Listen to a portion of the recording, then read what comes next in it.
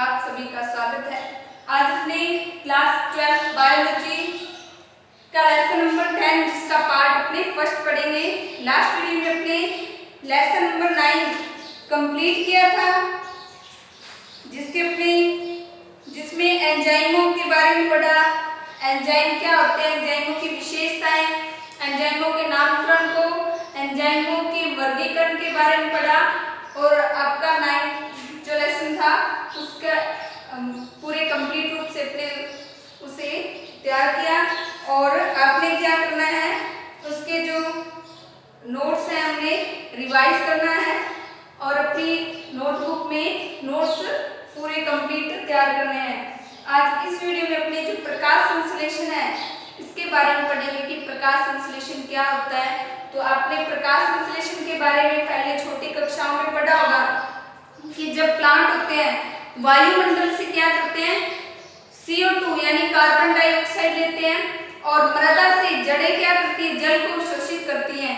तो जब प्रकाश उपस्थित होता है तो प्रकाश की उपस्थिति में जो पत्तियों में क्लोरोफिल एक वर्णक होता है, ये क्लोरोफिल वर्णक क्या करता है, प्रकाश की उपस्थिति में भोजन का निर्माण करता है। तो भोजन निर्माण की क्रिया और ऑक्सीजन बनाने की क्रिया होती है, तो उसे प्रकाश संश्लेषण कहते हैं।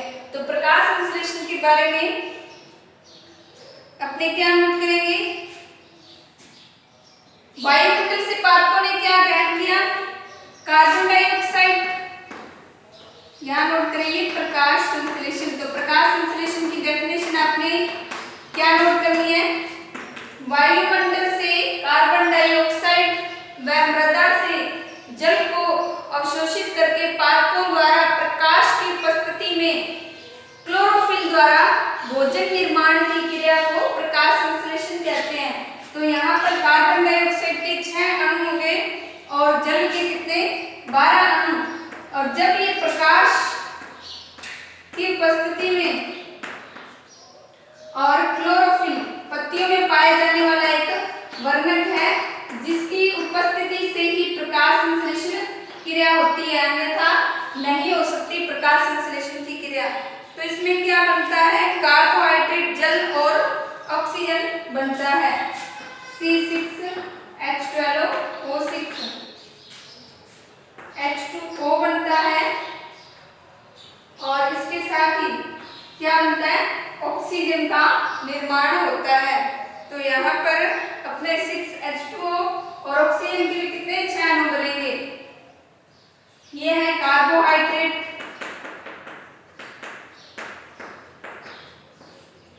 जल और ऑक्सीजन।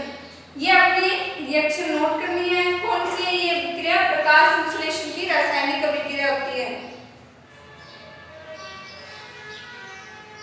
तो प्रकाश संश्लेषण में क्या होता है, CO2 का तो अपचयन हो जाता है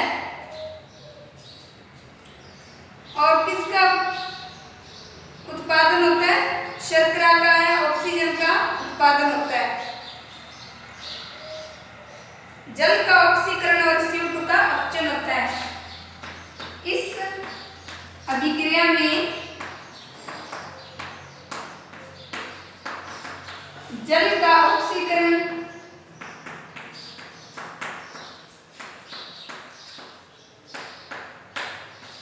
व कार्बन डाइऑक्साइड का अपचयन होता है।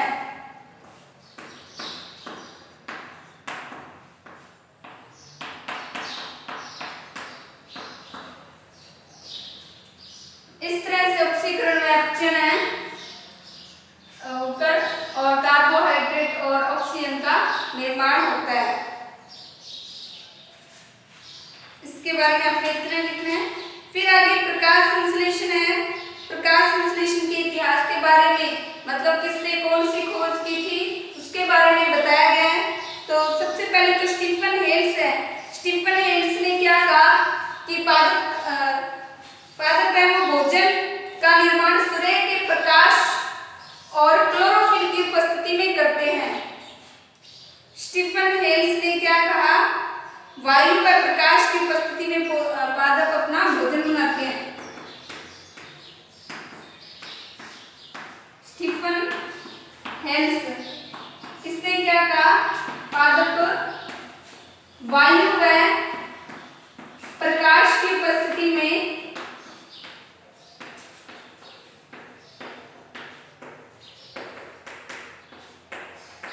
भोजन का निर्माण करते हैं।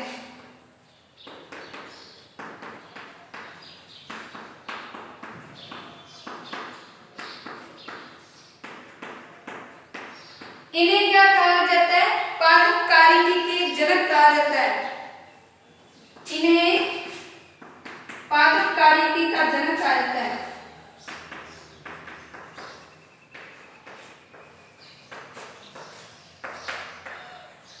पादपकारिकी का जनक कहा जाता है।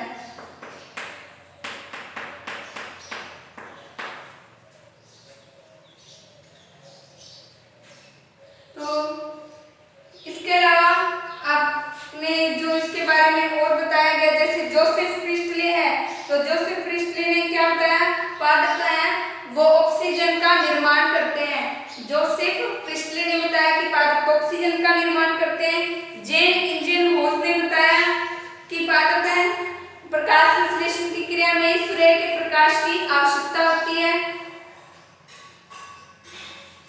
तो इसे अपने इस तरह से नोट करेंगे जिससे आपको जिन वैज्ञानिकों ने इनके बारे में बताया, तो कार्बन डाइऑक्साइड की उपस्थिति के बारे में किसने बताया, ऑक्सीजन की उपस्थिति के बारे में किसने बताया, वो सारा इस रिएक्शन में अपने पढ़ेंगे।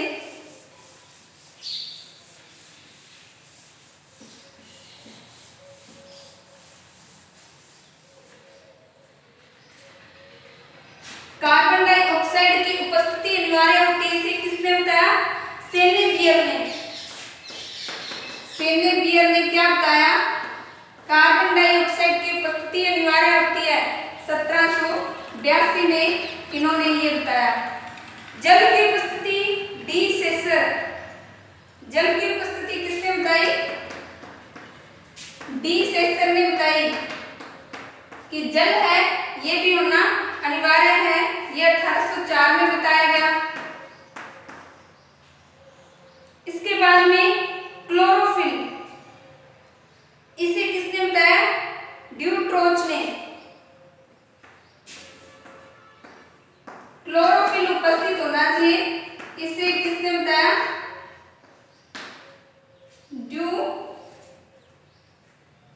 ड्यूट्रोच ने बताया।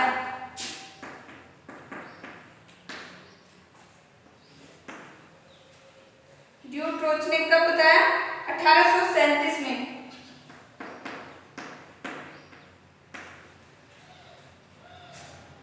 क्लोरोफिल की उपस्थिति को ड्यूट्रोच ने 1837 में बताया।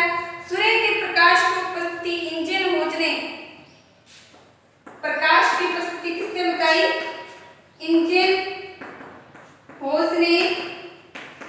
कब बताई इंजन होज ने, 1779 में।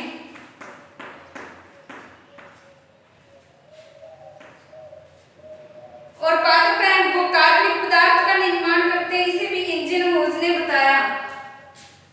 पादप क्या बनाते हैं, कार्बनिक पदार्थ बनाते हैं, इसे किसने बताया, इंजन होज ने 1779 में बताया। इसके बाद में प्लस में यहाँ क्या बनता है, जल का निर्माण होता है और ऑक्सीजन बनता है। तो ऑक्सीजन की उपस्थिति प्रिस्टले ने बताई, कब बताई, 1771 में। प्लस ऑक्सीजन बनता है, ये किसने बताया, प्रिस्टले ने 1771 में। तो इस रिएक्शन को आप इस तरह से नोट करेंगे जिसमें जिस वैज्ञानिक ने प्रकाश संश्लेषण में कौन से कारक की उपस्थिति है और क्या उत्पाद बनते हैं, उन वैज्ञानिकों के बारे में भी इस रिएक्शन में आपने इस तरह से नोट करेंगे तो आपको लर्न करने में आसानी रहेगी। ये प्रकाश संश्लेषण के बारे में जो इसका इतिहास था उसे अपने पढ़ा। इसके बाद आगे है प्रकाश संश्लेषण का स्थल, यानी जो प्रकाश संश्लेषण अभिक्रिया होती है वो कौन से भाग में होती है। तो आप इसके बारे में जानते हैं, प्रकाश संश्लेषण अभिक्रिया जो पादप कोशिका है उस पादप कोशिका का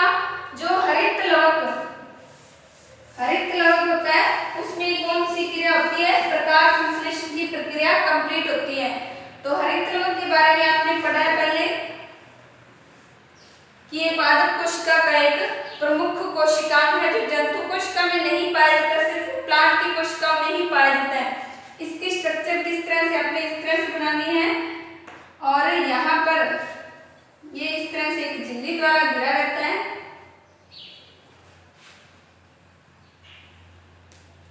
इसे बाहरी झिल्ली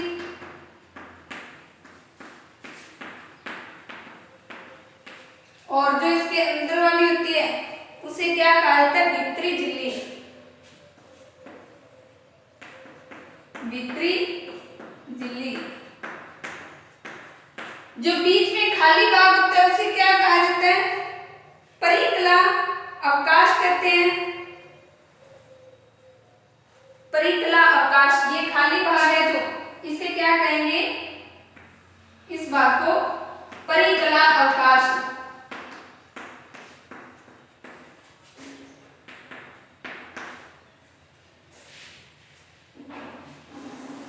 इसके अलावा जो इसमें स्ट्रोमा भाग होता है ये एक तरह से लिक्विड होता है ये सारा, जिसमें कुछ वसा, एंजाइम्स, प्रोटीन्स के कण, ग्रेना, ये सारे जो स्ट्रोमा भाग में पाए जाते हैं।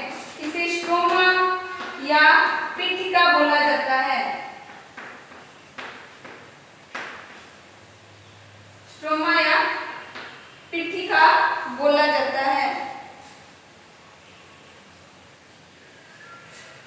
अब इसमें जो ग्रेना भाग होते हैं वो ग्रेना भाग किस रूप में रहेंगे? इस तरह से ग्रेना भाग होते हैं, वो एक दूसरे के ऊपर व्यवस्थित रहते हैं।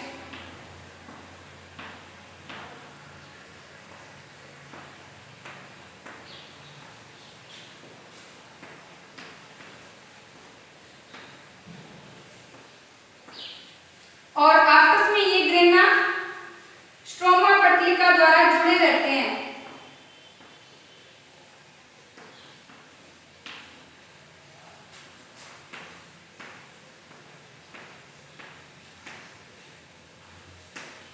ये क्या भाग होते हैं? ये होता है ग्रेना, पूरा का पूरा ये ग्रेना होता है। लेकिन इसमें जो एक होता है गोल भाग या एक इस तरह से सिक्के के रूप में होता है उसे थाइलेकोइड बोलते हैं।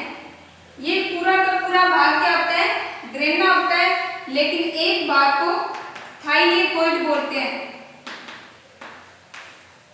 और ये स्ट्रोमा भाग है, कहीं कहीं पर पट्टिकाओं के रूप में बदल जाता है। जो पट्टिकाएं क्या करती है? ग्रेना को जोड़ने का कार्य करती है। ये सारे ग्रेना किससे जुड़े रहते हैं? स्ट्रोमा पटलिका द्वारा। स्ट्रोमा पटलिका द्वारा ये ग्रेना आपस में जुड़े रहते हैं। इसके अलावा इसमें लिपिड्स के कण दिखाई देते हैं, राइबोसोम दिखाई देते हैं। राइबोसोम, छोटे छोटे लिपिड्स के कण,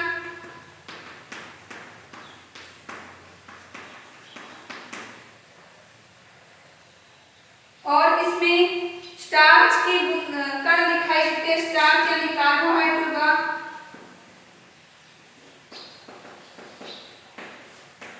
स्टार्च के कण,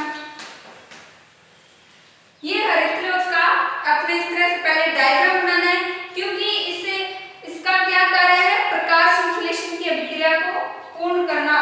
तो प्रकाश संश्लेषण का स्थल है ये। प्रकाश संश्लेषण स्थल कौन सा है? जो हरित लवक भाग है ये प्रकाश संश्लेषण का स्थल है। तो इसमें आपने नोट क्या करना है कि हरित लवक है ये एकल कलाबद्ध से घिरे एक झिल्ली का आवरण होता है, जिसमें जो आवरण होता है वह दो भागों में, एक बाहरी झिल्ली और एक भीतरी झिल्ली से बना होता है। इन दोनों के मध्य परिकला अवकाश पाया जाता है। और जो हरित लवक है इसमें स्ट्रोमा या पीठिका भाग होता है जो एक द्रव रूप में होता है, जिसमें क्या विभिन्न इसके भाग पाए जाते हैं, जिसमें स्टार्च के कण, लिपिड्स के कण, थाइलेकोइड्स और स्ट्रोमा पटलिका, ये सारे भाग हैं वो हरित लवक में पाए और जब जो थाइलेकोइड होते हैं ये एक दूसरे के ऊपर एक चट्टे के रूप में व्यवस्थित रहते हैं, इस कारण इसे ग्रेना कहा जाता है। और इसमें द्विकुंडित डीएनए पाया जाता है 70S आरएनए। इसमें क्या 70S आरएनए पाए जाते हैं। डबल स्ट्रैंड डीएनए पाया जाता है, ये भी पाया जाता है, इसमें डीएनए भाग भी होता है। और इसके अलावा जो हरितलवक होता है इसमें क्या थाइलेकोइड होते हैं। थाइलेकोइड की आंतरिक संरचना में जो ये थाइलेकोइड होते हैं इनकी आंतरिक संरचना में क्वांटोसोम पाए जाते हैं। प्रत्येक क्वांटोसोम में क्या होते हैं वर्णक होते हैं जो क्या करते हैं प्रकाश संश्लेषण में भाग लेते हैं। पर्णहरित के अणु, कैरोटीनॉइड्स, क्विनोन, फास्फोलिपिड्स ये स्ट्रोमा भाग में स्ट्रोमा के अंदर जो पाए जाने वाला थाइलेकोइड है उस थाइलेकोइड में ये सारे भाग पाए जाते हैं।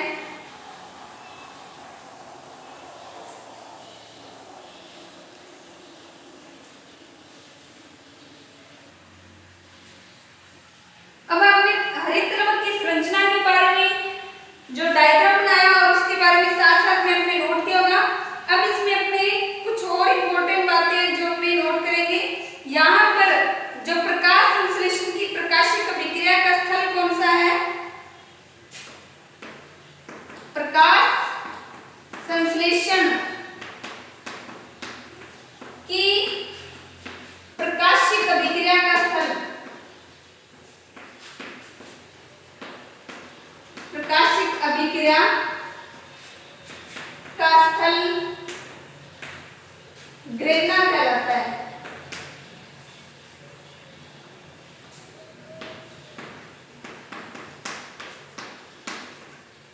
ग्रेना कहलाता है। और इसी ग्रेना भाग में क्या होते हैं थाइलेकोइड होते हैं। ग्रेना में अनेक थाइलेकोइड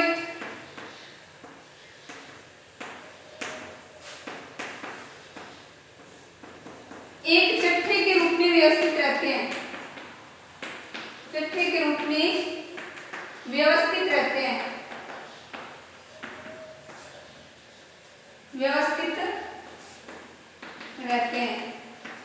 प्रत्येक थाइलेकोइड में क्या होते हैं, प्रत्येक थाइलेकोइड में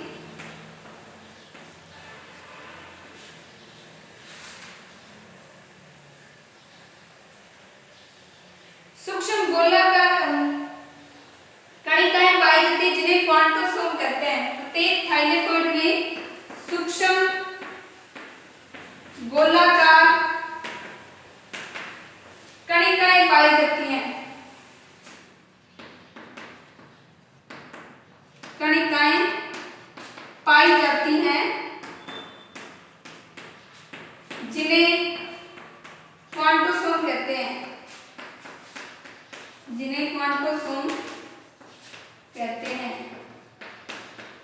अनेक छोटे छोटे क्वांटोसोम होते हैं और प्रत्येक क्वांटोसोम में क्या होता है प्रकाश संश्लेषण की इकाई है। क्वांटोसोम क्या है, क्वांटोसोम प्रकाश संश्लेषण की इकाई है, प्रकाश संश्लेषण की इकाई है।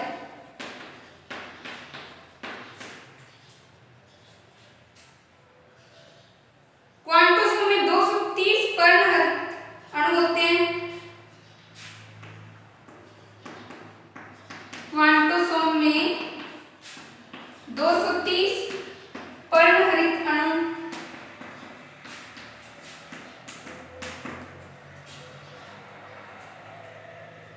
48 कैरोटीनॉइड्स, 48 कैरोटीनॉइड,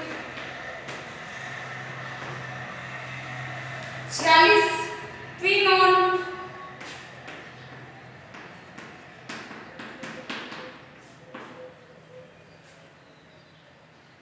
116 फास्फोलिपिड,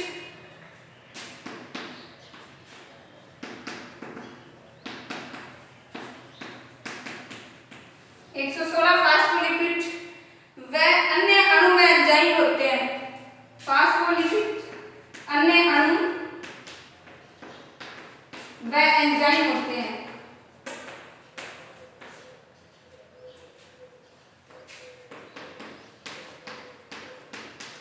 तो ये सारे जो हरित लवक है उस भाग में आपने नोट करना है। और बाद में कितने रंग के कौन से रंग का सर्वाधिक अवशोषण करते हैं?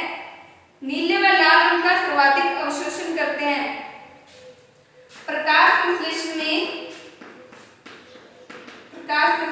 में पादप कौन से रंगों का अवशोषण करते हैं?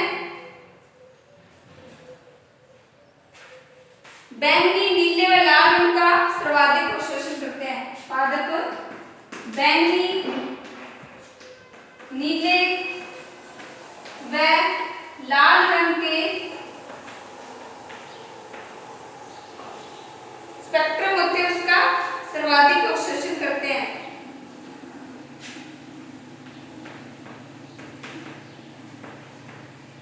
नीले रंग का सर्वाधिक अवशोषण करते हैं।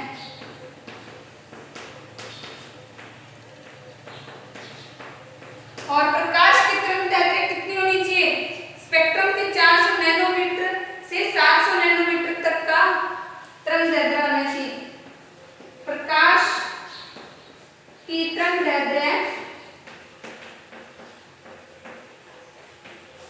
400 से 700 नैनोमीटर होनी चाहिए। कितना आपने नोट करना है सारा। तो आज इस वीडियो में आप अपने इतना ही पढ़ेंगे। आपको आज जो पढ़ाया है इसे अपने नोटबुक पे नोट करना है और रिवाइज करना है।